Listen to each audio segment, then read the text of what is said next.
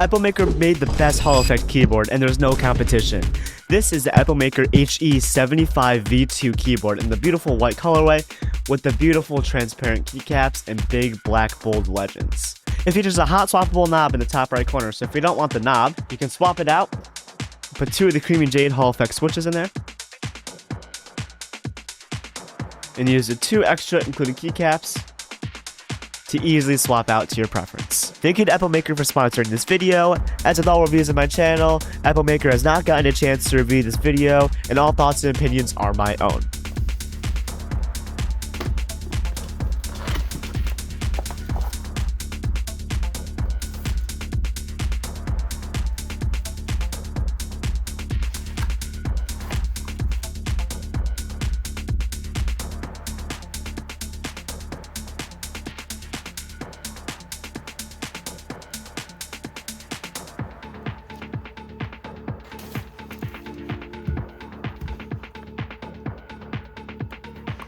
First of all, I'll start with the build quality and look feel of this keyboard. This is a plastic case keyboard, so it does have a little bit of a flex to it, but really not a lot.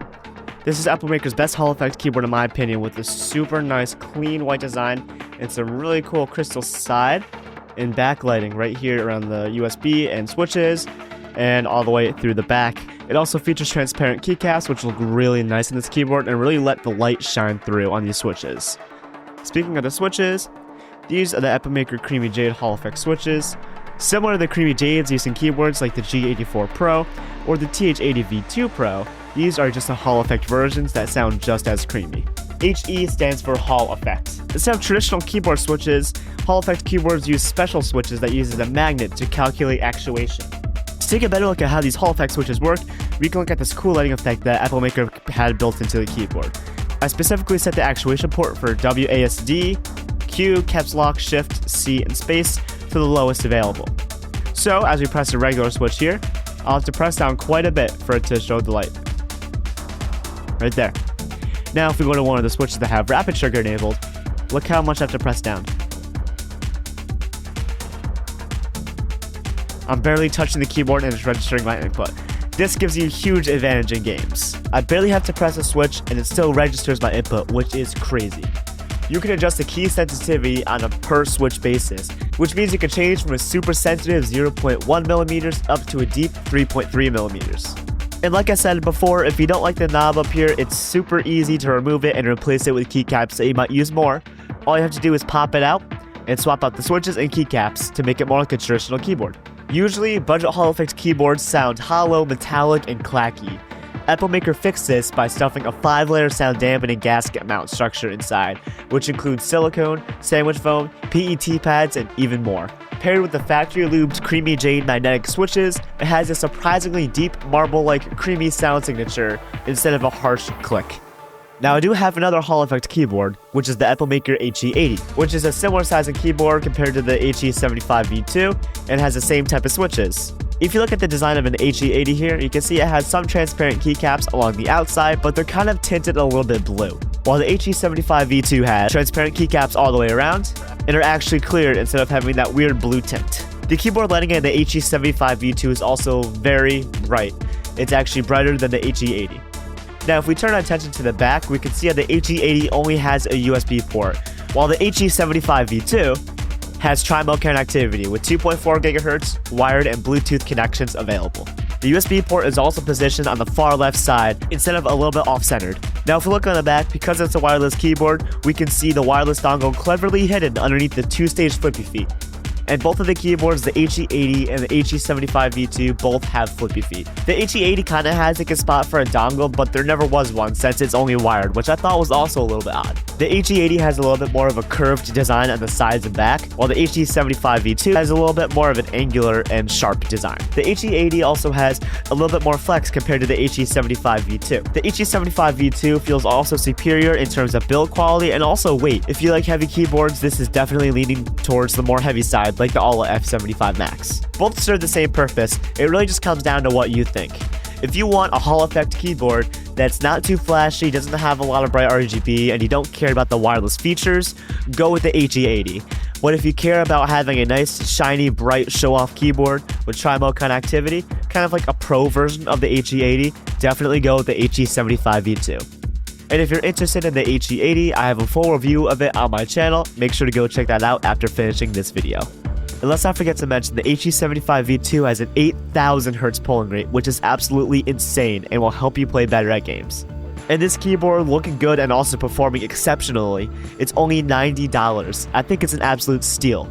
And compared to the competitors like the Wooning 60 HE V2, this provides the same type of performance but in a fraction of the price, and I think it looks and sounds so much better. This keyboard excels in terms of performance and looks compared to any other keyboard I've seen before. It has the brightest RGB, the coolest keycaps, and the side and back lighting really sticks out and looks amazing on my desk. And they also do have a black version. If your setup's a little bit more darker compared to my white setup, it would also look amazing. And I really think that the transparent keycaps look beautiful. They're perfectly clear, have clear legends on them that are nice black and bold, and it really doesn't take away, it doesn't blind you. It just fits in and it just seems so intentional. It looks amazing. And now that I've told you about this rapid trigger technology, let's look at it in game.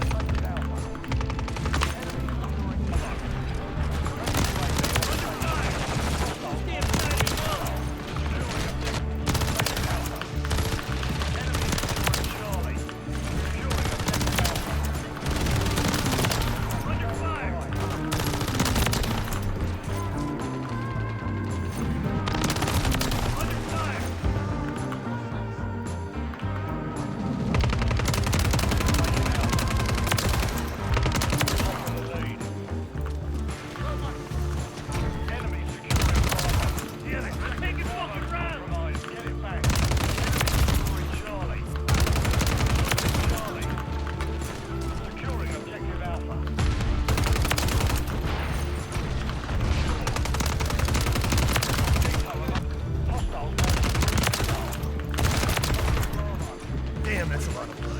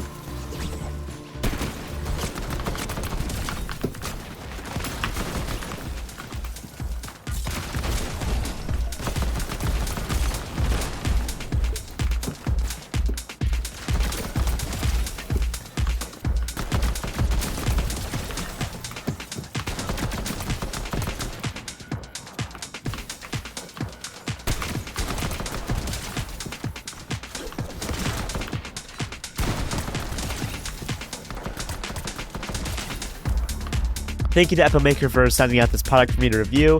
It was really cool to see this type of keyboard. It really just looks amazing on anyone's desk, and I think it will look good on your desk too, which is why I'm going to leave a link to this product in the description below so you can check it out for yourself. And if you want to see my review on the HE80, it'll be right in the description below. Thank you guys for watching, and as always, have an amazing day.